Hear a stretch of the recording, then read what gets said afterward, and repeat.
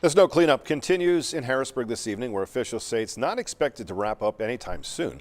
The snow has left a burden on businesses in the capital city. Fox 43's James Corrigan spoke to business owners and officials on the toll it's taking and what it's going to take to get things all cleared up. Digging out so people can dig in.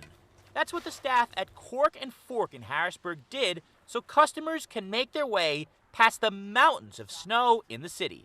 We're doing anything and everything that we possibly can to, make sure that we stay open and can continue to serve the community here. But yeah, it definitely puts an obstacle in the way, to say the least. It's hardly the only business left to freeze while customers are left unable to park after Sunday's snowstorm. City crews continue to try and clear the sides of streets to make way for cars. Officials stress patience while crews deal with more than a foot of snow. Parking's rough everywhere in the city during a snowstorm, whether it's 6 inches or 12 inches like we've seen here.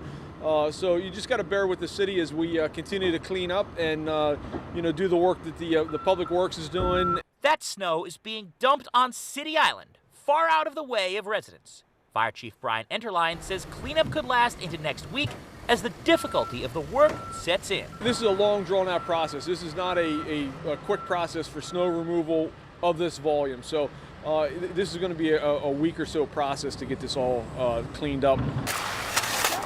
It's no comfort to businesses like Cork and Fork, which hopes heavily snowed areas like State and 2nd Street can be cleared to allow business to pick up so they don't have to pick up a shovel again. Hopefully getting some of these deeper snow areas lightened up and some of these corners, like I just said, get that cleaned up. That would be incredibly helpful to what we're doing here.